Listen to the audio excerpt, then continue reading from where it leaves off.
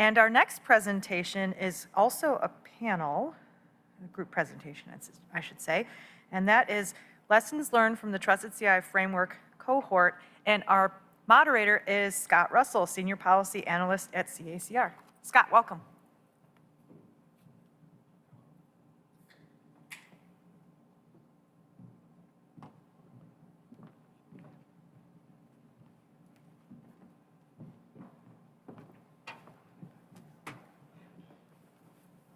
All right, good afternoon. Thanks for having me. Hi, my name is Scott Russell. I am the Framework Program Lead for the Trusted CI Framework. So naturally, we're going to be talking about the Trusted CI Framework. Really what I'm going to try and do here is give you just a very brief introduction into what the framework is, if you're not familiar. I'm not going to give one of my long talks about it. Instead, I want you to hear from your peers. So for the past year, we've been engaging with members from several NSF major facilities, and I want you guys to hear what they have to say about this subject. So, goals for today, pretty straightforward. Number one, I just want to introduce the framework at a pretty high level, and we'll talk a little bit about these cohort engagements that you've maybe heard about throughout the day. I'll give you a little bit of a detail, but not go into exhaustive there. Main goal here is to let you hear from the NSF major facilities. We have 4 in person, which we're super excited about. Also have 2 virtually, who you can't see right now, but they'll pop up once I'm done with my slides.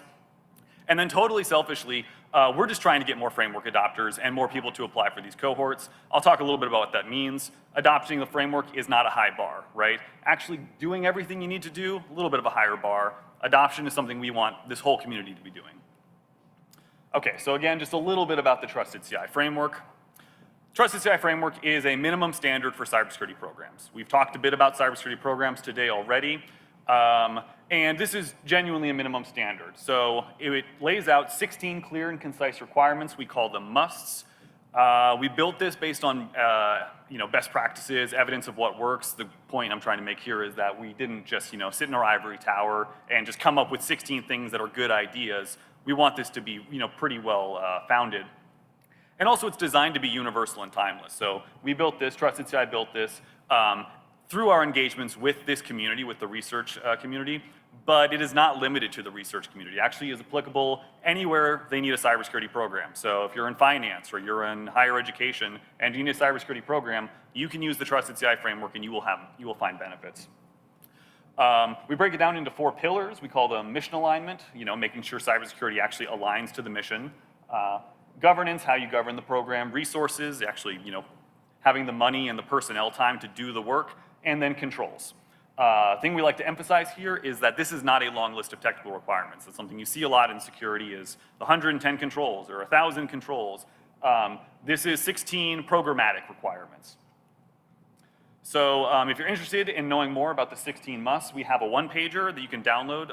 If you're really interested, I think we actually still have some paper copies too. From the training yesterday.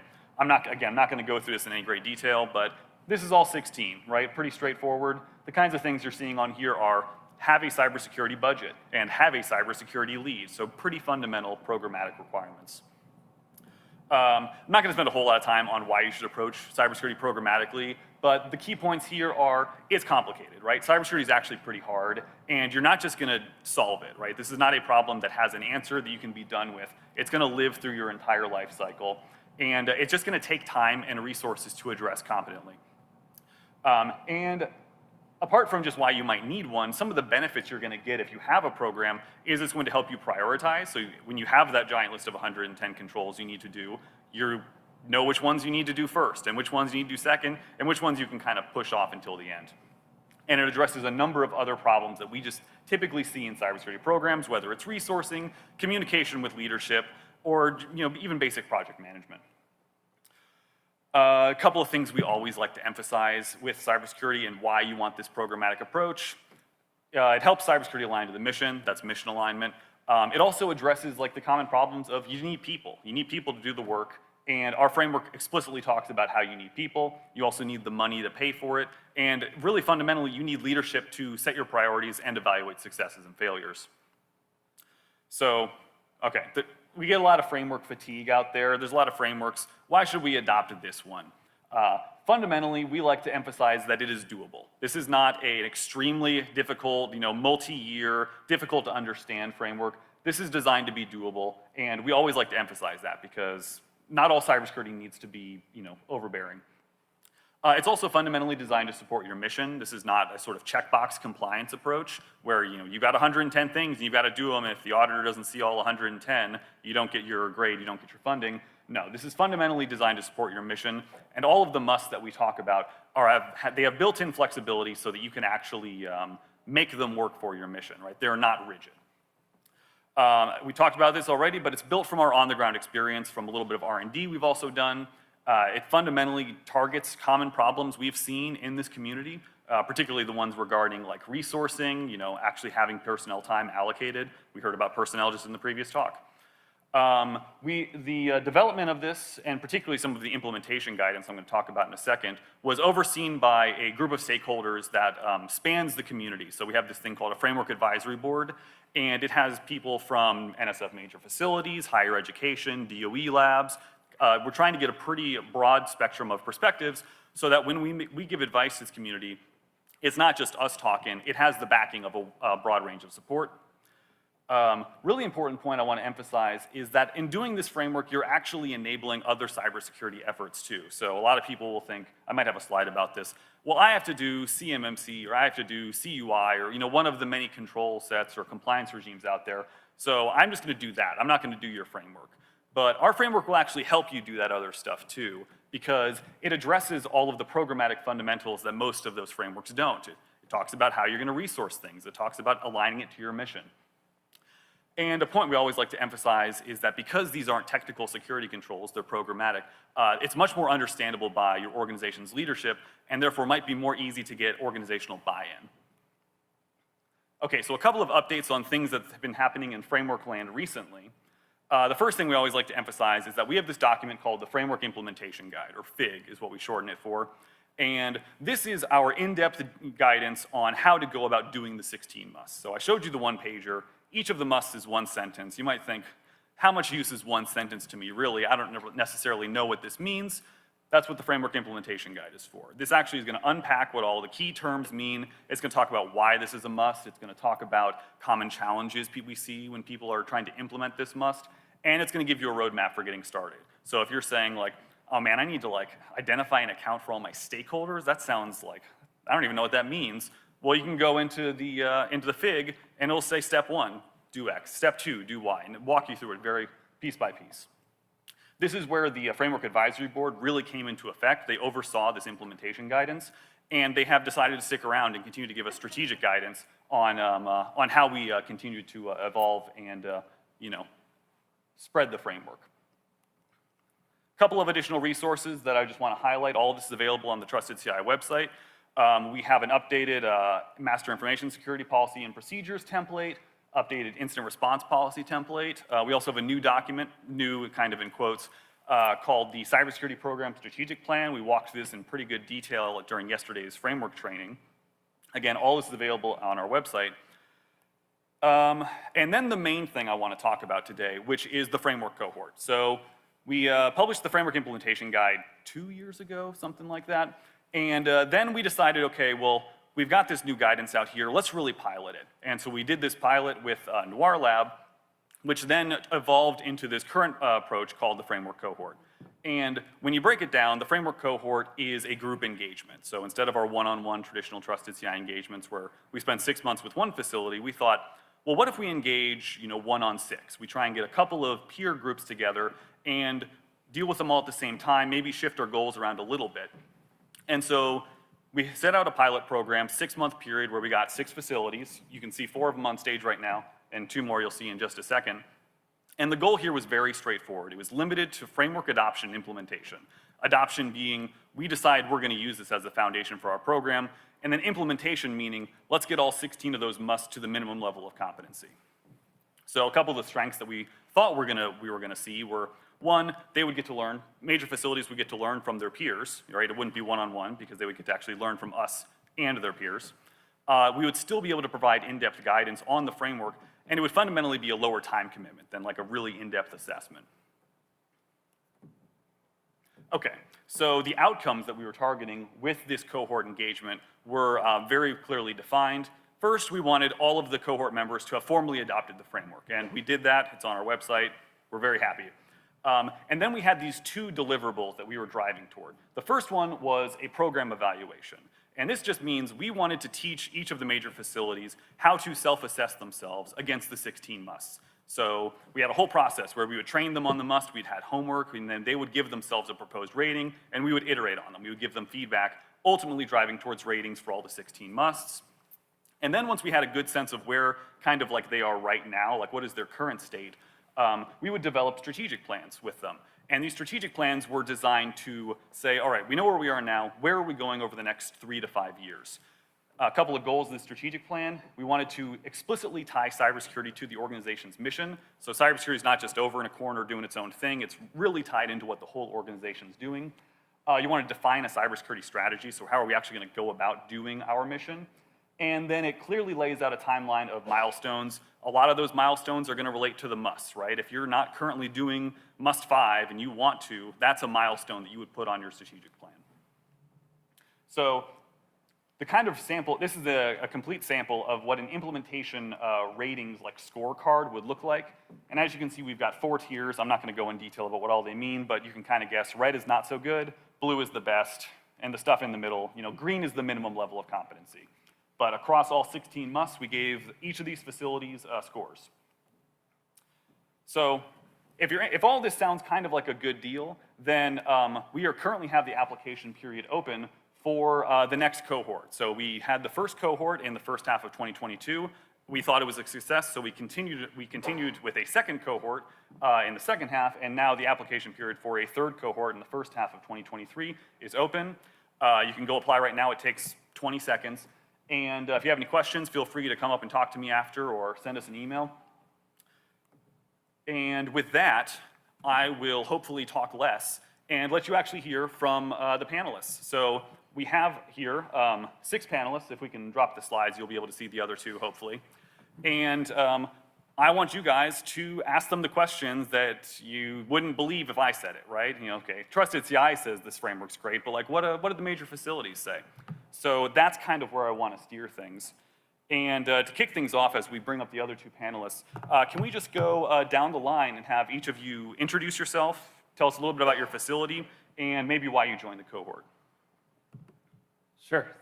Thank you, Scott. My name is Eric Cross. I'm the head of information technology at the National Solar Observatory. I think my title says a little bit there, the head of information technology. We don't have a cybersecurity program officially defined in any manner.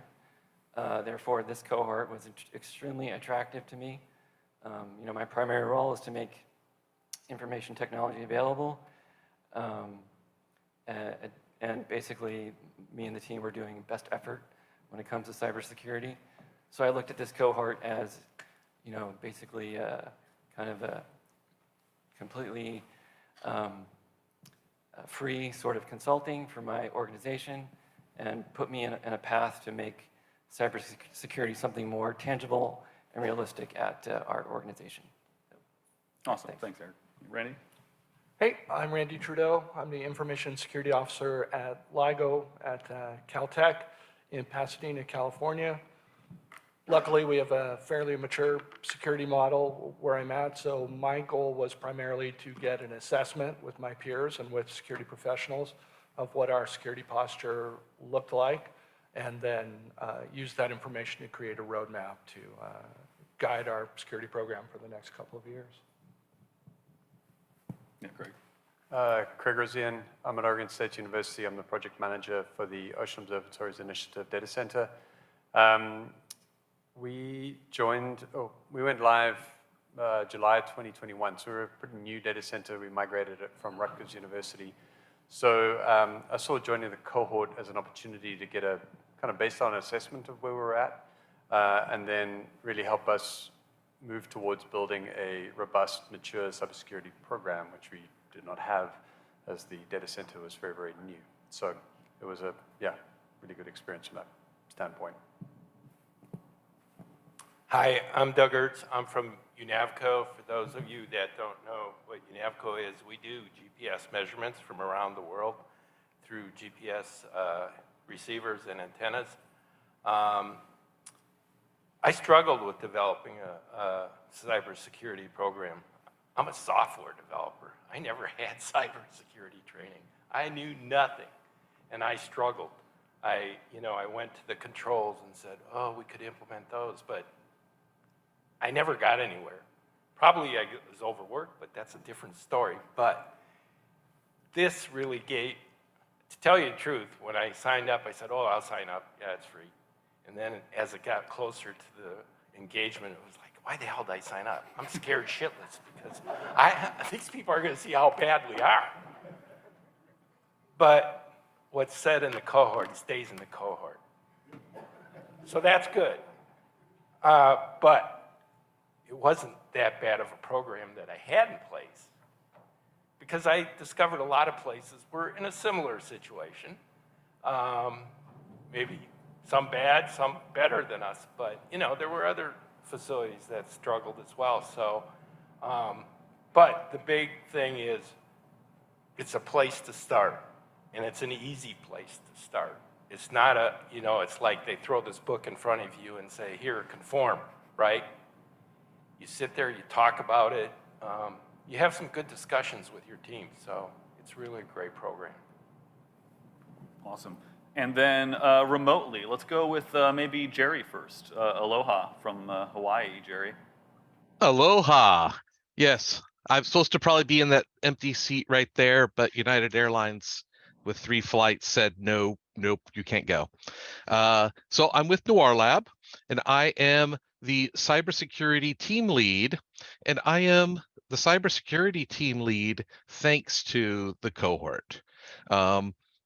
They I guess, exposed the need for a cybersecurity team and a unique cybersecurity needs, and the need for an actual cybersecurity head, a lead, and thanks to that, that's where we are.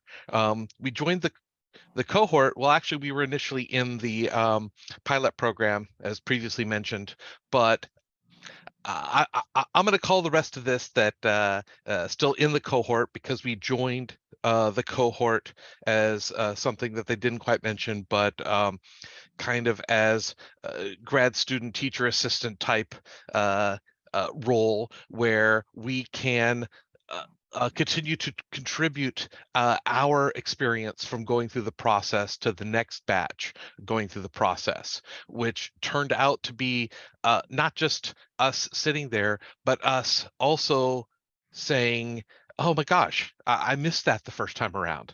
Oh my God, yeah, that's good. How they tweak this or whatever, or these other people have something very similar to what didn't come up in our first one, and I could tell you about that, but what is talked about in the cohort stays in the cohort apparently. So I'll pass it on to the next. Yeah, and last but not least, I think we've got Wade from Charlottesville. Hi, everybody. Wade Craig, a cybersecurity specialist from the NRAO. Sorry I couldn't be with you all in person. Kind of kills me to not be able to be there, but life gets in the way sometimes. So hope to see you all next year in Berkeley. That would be fantastic. Much like Jerry, I'm here because of Trusted CI. The NRAO had an engagement in the 2017-2018 timeframe with Trusted CI to just kind of get some groundwork going, to see what was going on, and the overwhelming takeaway from that was you need to staff up, and they created the position that I'm now in. So I absolutely owe my employment to Trusted CI. Thanks, guys. But to that, I've been part of the Trusted CI large facility security team, and those meetings happen once a month. So when the framework cohorts spooled up, the LFST was kind of spooling down. So I needed something to do on, one Thursday a month. So I figured, why not be part of the cohort? But the upside from that is my goal from this was to basically kind of get a sanity check. Where are we a few years down the road? We've been trying to implement some of these, the control set, doing pretty good with some of them. But then COVID's gotten in the way with a lot of things. We've had to shift a lot of focus because we're now distributed. We used to be all in the office and we're not anymore. So we've had a lot of, operational changes from a cybersecurity perspective. And with that in mind, I just kind of wanted to get a reality of where we are with, respect to where we were before I was here and now where we are and where do we have to go. And I won't bore you too much with, the takeaways, but it basically told me what I knew. And it was great to actually get that from another set of eyes. I knew where we are, but, it's one thing because you're in it, on a daily basis. You're focused on it. You're kind of lost in the weeds. But to have that extra set of eyes and then to have all these other fantastic folks from the NSF facilities as part of this cohort that, most of you all I know from, summits years past and, and from the LFST, it's been great working with you all. And I look at this as standing on the shoulders of giants, because together we can actually see over that hill. And that's a wonderful thing. So thanks, Trusted CI. Thank you for the kind words. All right, so just to kind of lay out, we've got about 40 minutes left, and I've got questions prepped because I want to make sure all the panelists get a chance to, they all at least have one thing that they definitely want to say. But I also want you all to feel free to raise your hand if you have questions for these panelists, either in response to something one of them says or just generally. Don't feel like we're in presentation mode and Q&A comes at the end. I think questions are welcome throughout, and if I see like a hand raised, I'll try and proactively get to you as I can. Oh, we got one right off the bat. Thank you. So this is directed to the panelists, so we don't want any canned answers. One of the goals of the framework is to facilitate communication with different stakeholders. I've used the framework in other contexts and dealt with folks who know their jargon, right? They know control set names, they can say FSMA repeatedly, but that may not be a requirement. Did you find the framework helpful, yes or no, and in what ways, in regarding the communications of security from a programmatic aspect away from this strict focused on CMMC, CUI 800, 171, 8053, all the numbers we could rattle off? Did it actually benefit you in that way? Sure, I'll take that, initially at least. We didn't have a security program in place. We're working on it. The framework has certainly helped us in that regard. Working through this process with the Trusted CI was incredibly helpful for me, for the data center, in terms of communicating to the project management office at Woods Hole the need for a robust program and the need for a CISO kind of level position and security lead positions within the Ocean Observatories Initiative. And I could sort of fall back on what we've gone through with the cohort and point to things in the framework to show we need budget, we need people, and I found that to be incredibly useful. And the PMO heard that. And I was going to talk about this later, so I'll just get it out of the way, I guess. And so we recently, last month, wrote a proposal, a renewal proposal for the OOI. And in there, we actually put money for a CISO, for this budget in there, that would be housed at the PMO, the Project Management Office at Woods Hole. And so it has come up in other NSF reviews. There's been recommendations, but so there is a history there. But I think this cohort process really reinforced the need to take it that much more seriously, and I believe significantly contributed to putting money in the budget and in the budget narrative and in the project description, highlighting cybersecurity and the need for that role. So in that regard, I thought it was really, really helpful, and was able to communicate it up the food chain to PMO, and I think successfully. So it was good. Okay, if I can, I'll add just a little bit. For us, we had what ended up being an incredible experience with the whole process because as part of the stakeholders discovery part of it, we actually brought in directorate as part of the interviewing, where we talked to them about cybersecurity needs, how they might fit into the organization a little better, but more importantly, allowing them to tell us things about their vision of the mission and how they thought cybersecurity fit into the mission as a whole.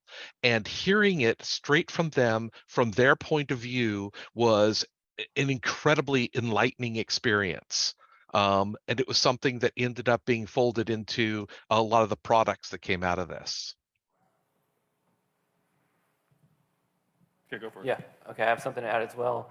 Part of this cohort is a couple of products, one being the strategic plan, cybersecurity strategic plan, something I was going to mention later. But for me, part of that plan includes, some clear objectives.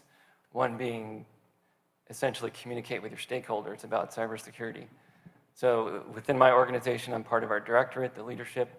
We meet once a week, and now once a quarter, I have an agenda item to cover different cybersecurity points to get their feedback on and hear what my cybersecurity plans are going forward.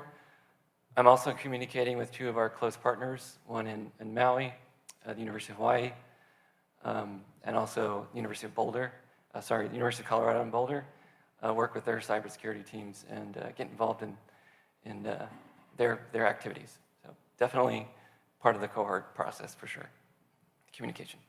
Yeah, I think one of the great parts about having a group is you can bounce ideas off other people. So when I thought stakeholders, when we had this discussion, I was thinking internal stakeholders, but there's also vendors, there's partners, there's groups internationally that we're working with, there's the NSF, there's this whole range of people that you don't initially think that that's part of your immediate group of stakeholders, but you're able to work with the team to flesh that out, run it by Scott and Ranson and the other guys, and document that so you can come back and engage those stakeholders in a meaningful way. So I think just being able to document all those people and have input from your peers was very, very helpful to me. I thought one of the things as far as stakeholders was telling my management I needed to get extra budget. I first went to them, I remember about a year and a half, or maybe a year and a half before it was the cohort, asking for a virtual CISO. And they took it up to the board, and the board says, do we really need that? What's the risk? It's like, can we go? They didn't feel it was needed. But the training teaches you how to, well, first of all, I saw how much work I had to do. That's one thing. But just what the CISO brings to you and how they can help you out and do, they're dedicated to that. They don't have other tasks to do. So you see how there's all this work and how these additional people can help you out and get the things you need. And, we know the NSF is going to get tougher and tougher on security. They're going to have to. So we might as well be prepared for it. So, yeah.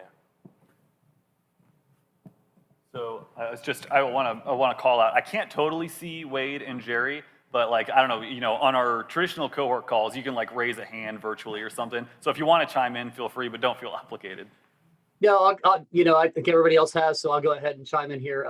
From the stakeholder perspective, I seem to be sort of the odd person out here because our stakeholders from the standpoint of cybersecurity are very well engaged. I'm extremely fortunate to have a management chain that is invested in cybersecurity and doing all the right things and pushing that ball forward. So from a stakeholder standpoint, the cohort didn't really shine a whole lot of light in that direction because we were already pretty strong in that regard. But again, it just kind of reinforced just how fortunate we are to have that engagement, that understanding that we need a CISO, we need staff, we need budget. These things you have to have. These are must-haves. And the nice thing about the cohort is that if you don't have that stakeholder engagement, we can talk about how do you get that, how do you work with your management, and we can, again, help lift everybody else up. So this is fantastic. All right, great. I think we've got another audience question. Hi, I'm Ross, by the way. But so my question was, I have two questions. So one, how many adopters are there of this trusted CI framework? And number two is, have any of the adopters had an independent security review done just to see how they measure up? Okay, that's probably a question for me. All right, I don't know if I have the definitive number, because adoption is kind of it's a distributed process, right? We don't have to like verify the adoption.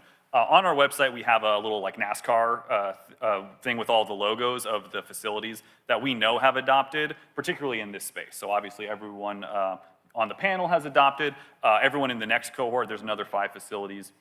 We've got a couple of other ones as well. Right now, I think we're in like the low teens as it goes to total number of adopters, but that's something that we've verified. That's something we're always trying to push up. As for independent assessments, I'm not sure I'm aware of them, but I mean, this panel might be, the best. So we just finished the, oh, you have? No, we haven't done an evaluation, but I get tons of vendors calling me for an evaluation. And they ask me what framework I'm using, and I say trusted CI. And to tell you the truth, none of them know it yet. I tell them, it's kind of like CIS controls and that kind of thing, but they have to go look it up. So nobody really knows how to do an evaluation of that framework today, other than trusted CI, of course, they could do it. But none of the vendors out there do that type of thing yet. So, and just one more point. The thing I like about the cohort program is when you do a vendor evaluation, it's yes, no, yeah, and then they tell you, okay, you're bad here and that kind of thing. But that's not this kind of evaluation. This one is an evaluation that helps you.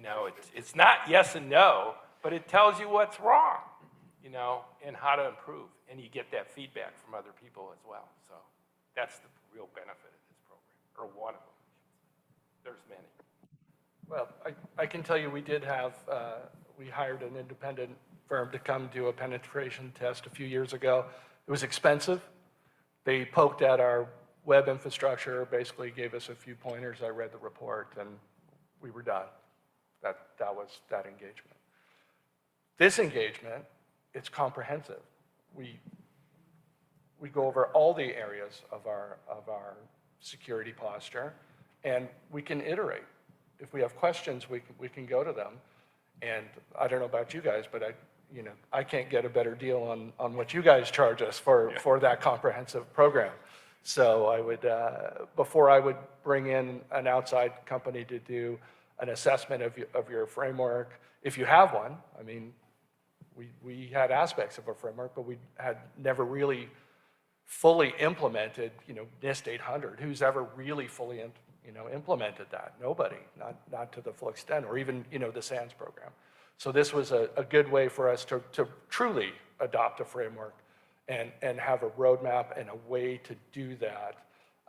And really all we had to do was commit our time to the project and work with our peers. And that's, as I said, you can't beat that price. That's as good as it gets. Just to steal a line from Ranson, he says, if anyone beats our price, you get your money back. Right. I guess one other bit of context. Yep. Oh, sorry. Who's talking? All right, sorry, yep. Yeah, so we've had in the past assessments from Trusted CI, of which I can definitely attest to being very good. Besides this cohort program, which is, focusing on the framework, Trusted CI's full assessments are incredibly detailed, but in a way that is also helpful because they have a vested interest in us being secure, not just crossing off a bunch of checklist stuff and calling that an assessment and being done. With that being said, I mean, we plan on doing one of those sometime a little bit further down, and I've also heard that our managing organization Aura is planning on doing a review of us soon. We don't know who they're going to use because that's up to them. But all I know is because of this cohort program and the assistance we've gotten, I know we're going to shine, especially compared to,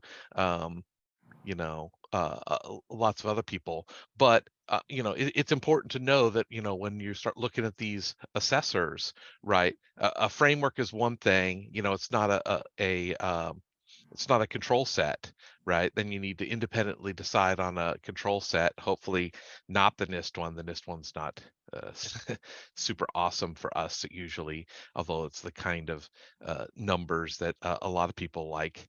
But that those are kind of separate things and things that you want to take care of as well. Okay, that's it.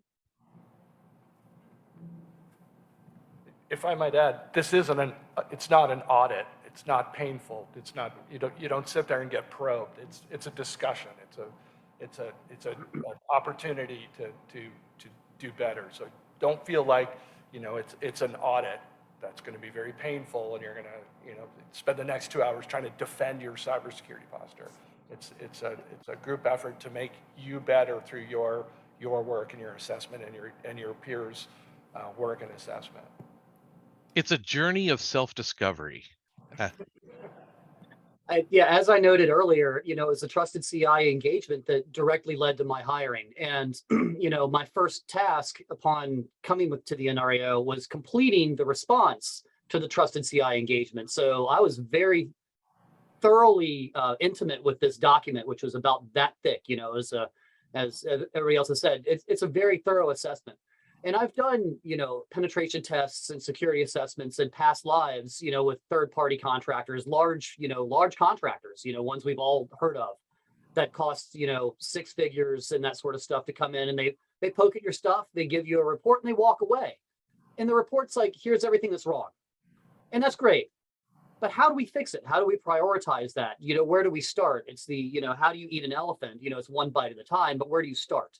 And that's where trusted CI, I think, really shines, is the engagement they have with you is a collaborative one. It's, I call it the helpful, friendly engagement, or the helpful, friendly audit, because it's not really that sort of audit where you have to defend yourself. It's more of a discovery. It's a process. How do we do this? How do we get better?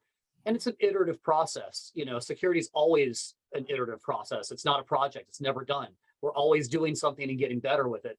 And that's what I loved about the framework cohort, is that it helped us, figure out where we are on that iterative process with, meeting these different pillars, these different musts.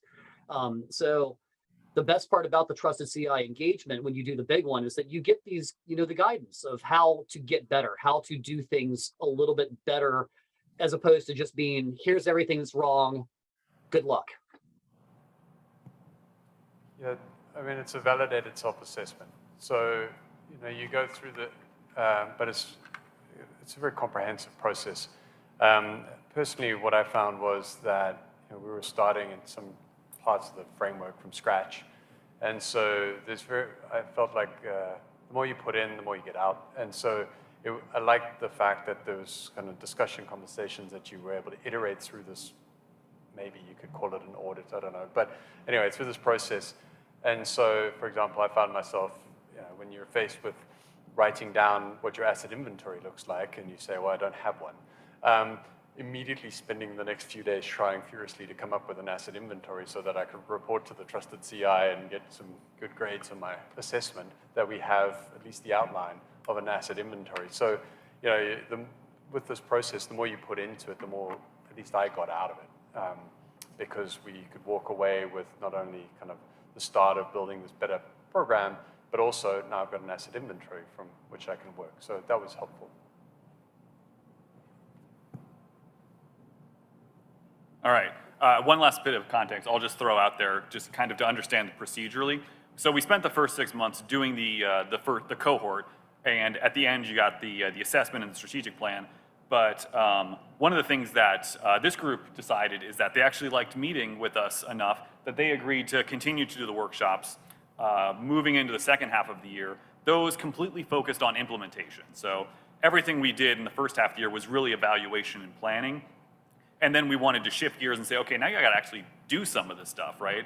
So one of the things I would just say about, like if you got an independent evaluator, you would probably want to wait a little bit so you actually have time to do the things that we recommend.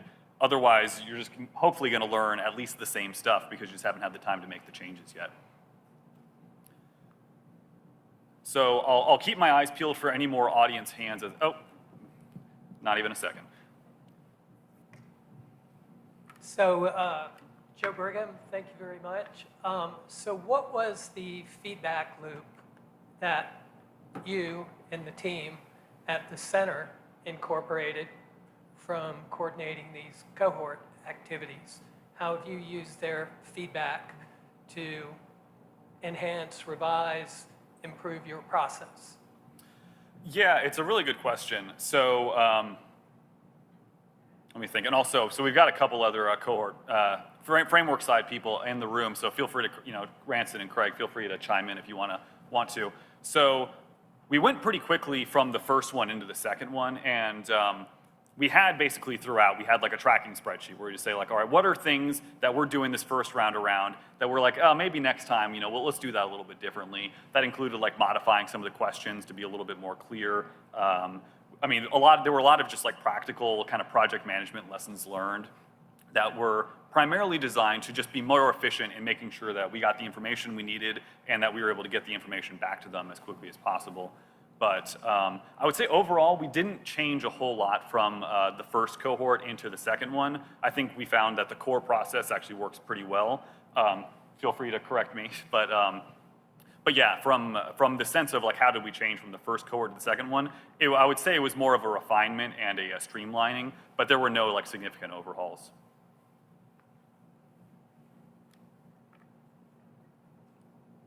So I want to, again, like I said, I'll keep my eyes peeled if there are any more questions in the audience, but I'll keep going with some of my pre-planned ones. No battle plan survives first contact with the enemy, or the audience in this case. But following up on something that Randy said, I wanted to, you mentioned this is a free assessment, right? Trusted CI engagements are free. They don't cost you anything except for your time, but your time is not free to you, right? You have a limited pot of time. And I know that people can be looking at this and be thinking, well, that might just be a lot of work, right? So I'll throw this question first to Randy, but then anyone else feel free to chime in on kind of like the level of effort required and what that calculus was like, and maybe talk a little about the cost benefit there. Certainly. Well, like Doug, when I was considering signing up for it, I kept hovering over the button to commit, and I kept thinking, well, what am I doing? What am I getting myself into here? Do I really have the time, the cycles to do this kind of a project?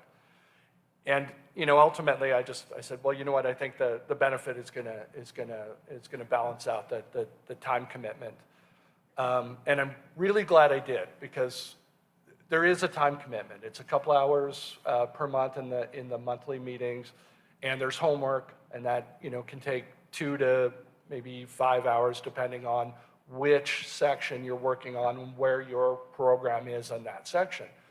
For the sections that were blue for me, I didn't have a lot of homework that time, and for the things that, maybe LIGO could do better, it would take more. But it was a time commitment, and I sort of thought of it like, grad school a bit. You get your homework and you work on it at home at night or on the weekends, or whenever you have those extra cycles to do it, because we all have day jobs too, right? Even if our day job is making cybersecurity better, this is an addition to that. But it wasn't overwhelming. And I can tell you, for me, I think the reason why is because this program is so well organized. The meetings are well run. They take a few hours to go through, but there's a very clear agenda. We work through it very clearly. There's plenty of time for interaction with our peers, but I'm going to use the term well-oiled machine. This program just works really well. You have an advisor, if you have questions, who can you can email for help. Ranson and Craig and Scott all send emails reminding you what deliverables you have coming up. If you and I certainly was guilty of this, if you're a little bit late on that, they work with you to help you get your projects in, especially Ransom, thank you, appreciate it. So yes, there's a time commitment, but it's not overwhelming, and it's ultimately that time commitment is going to help you on the other side, because now we have a security roadmap. Now we can not only do our day jobs in terms of, you know, fighting fires and security, but we've identified what we need to work on in the bigger picture, and now we can focus our efforts on that instead of just kind of, you know, maybe attending internal meetings or trying to figure out, you know, where we have a gap. Now we know where that is, and we can laser focus in on those kinds of things. So the time invested, it's worthwhile. You get much more out of it than you would think initially going into it. Okay. I'd just like to comment on that. And similar experience, the time is worth it. I originally scheduled, and I had, there were myself and 3 other individuals that were part of the team from ENAVCO. And I originally scheduled 2 hours every week that we would sit down and go through the questions. And because I don't remember how many questions there were each time, but it doesn't matter. It took us about 3 weeks to get through them. But the interesting thing was, I think we learned about our organization in going through the questions. You learn where your holes are. You learn what you need to do. And it was, you know, we just saw things when we were going through the questions. And it was, you know, I originally scheduled 2 hours, and I was like, these guys aren't going to stay for 2 hours. No way. We were there 3.5 hours sometimes. And it was good meeting. It wasn't that they were bored. We were very interactive, and we learned a lot. But I was shocked at how dedicated these people were to getting the cybersecurity we needed. The other thing that was sort of a side effect on that is I scheduled this time. We had it every week. And now we have a cybersecurity meeting every week for 2 hours. So it kind of got me into this thing of, you know, this is what we should be doing, and we're doing it. So. Yeah, I think, Jerry, you were trying to jump in? Yeah. Yeah, so I guess kind of adding to what they said, you know, yes, there is work associated with this. It's very structured. But the thing is, it's all work that we know we needed to do. But it's so easy to get lost in the firefighting or whatever. Some of the everyday stuff, even if you're looking at cybersecurity, you know, it's easy to get lost in, you know, tweaking the technical controls and not so much the machine as a whole. So it was all work that we already knew we needed to do, and just the commitment to the program in general allowed you really to give permission to yourself to do this work. And you know, it ends up focusing the whole entire cybersecurity program in general to be much more efficient use of its time and resources, I think.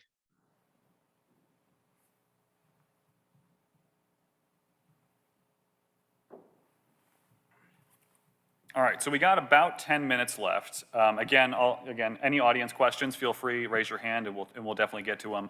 But I'll go back to a couple more of my kind of canned questions. I think one of the big ones, and we've already touched on this a fair amount, I think, in kind of responding to other questions, is something that probably a lot of people just naturally think about, which is, look, outcomes, right? What are the things that have happened so far? And with the understanding that, like, we finished the cohort, you know, whatever it was, 3 months ago, maybe 4 months ago now, not too long ago. And so there hasn't been a whole lot of time, but I know we've already heard about some things. You know, Craig, we talked about you know, using this for the proposal, but I wonder if people could talk a little bit about what kind of outcomes they've seen already from the process. Go I'll for it, start. Eric. Yeah. Well, I guess not really an outcome quite yet. It's more of a result of the cohort. I felt was one of the greatest benefits of the cohort itself was the Trusted CI team offered to debrief my strategic plan that we developed and the self-assessment to our leadership. So they got on the phone with my supervisor, my boss, the director of the NSO, and covered the self-assessment. They really focused on where we're lacking, which included resources, funding, personnel, et cetera. And they expressed their concerns to my supervisor, and he was really open to listening to that conversation. It did result in getting some specific cybersecurity funding for this coming year, which I've never had before. Completely attribute that to the cohort. Hopefully I can flip it into some FTE percentage this coming year. And I have this strategic plan now that if I do get a hire, I can hand in this document and say, please follow this. It has these tangible timeline objectives that I need to complete in order to bring up our cybersecurity program. So it's got really tangible things that I can look at and move forward with. I can't praise the cohort enough. The process was fantastic, and the results were really beneficial. So, thanks. So I mentioned earlier that we put in CISO money. Hopefully we'll be hiring as part of the OOI 2.5 program cycle. But before that, we actually had to deliver a strategic plan, cybersecurity strategic plan to NSF. That was on the 1st of August. And so it was really nice coming out of the cohort where we developed a draft strategic plan to polish that a little bit, look at the research infrastructure guide, the RIG, and in looking at that language, there's a lot of trusted CI language there, and I could map that easily onto the strategic plan that we had built as part of this process, and was able to deliver that to NSF on the 1st of August. And so it was really nice to be able to put all these pieces together and then deliver that package to NSF on time. And then what we did was basically reorganize that a little bit and then added it to our proposal, which went in last month. So that was a really, really nice product that came out of this and benefited us right then and there with some of the requirements as part of our cooperative agreement. I was going to say, ask me Monday. And I'll tell you why that is. UNAVCO is merging with another organization. I should call them SAGE, not to confuse with the other IRIS. But we are merging, and the plans for the organization are coming out Monday. And part of that plan was, and Rob, thank you for your support as well, was to get somebody dedicated to security at our new organization. And we have been told that there will be a person, but we haven't seen the org chart yet. So I'll wait with my judgment until that comes out on Monday. So, but we're hoping. Well, I know for us, we the second half of the cohort where we at our monthly meetings we're able to sort of go over one of the aspects of the strategic plan where we needed to improve in a safe environment where we could all just help each other. For LIGO, it was our asset management, and it was one of those things that's important to our organization, but not urgent. So many other critical security functions that need to happen first. Well, this not only allowed me to focus in on why we were not doing as well as we could in that area, but to also understand from the other groups how they were tackling that same challenge. And what came out of it for me was the ability to go back with some tangible ideas to the team at each of my, at the LIGO sites, to kick those same ideas around.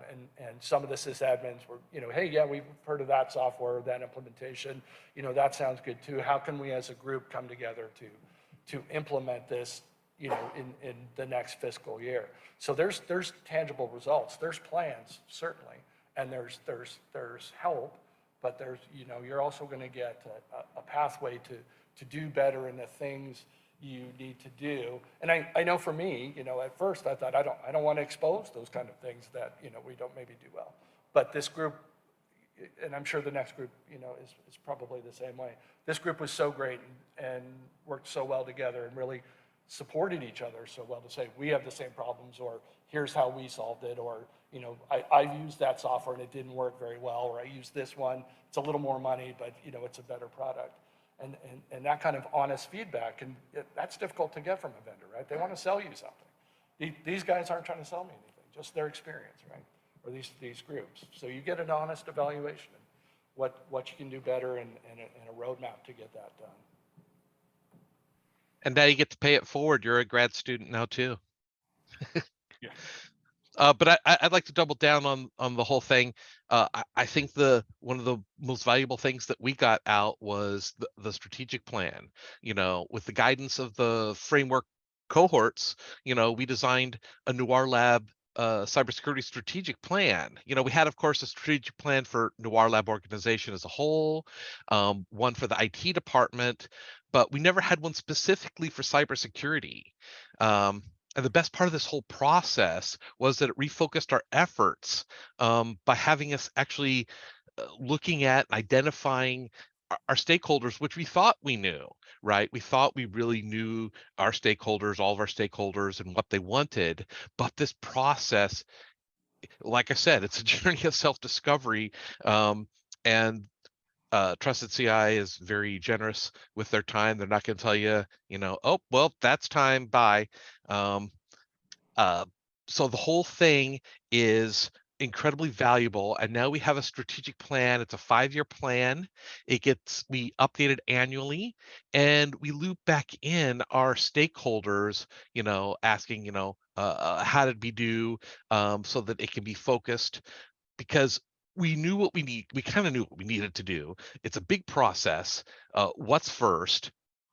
And being able to see the chart of the colors of the areas that we really need work allows us to get a good plan of trying to bring everything up to, minimum levels before taking up to the next level. I just cannot say enough good things about how useful this was.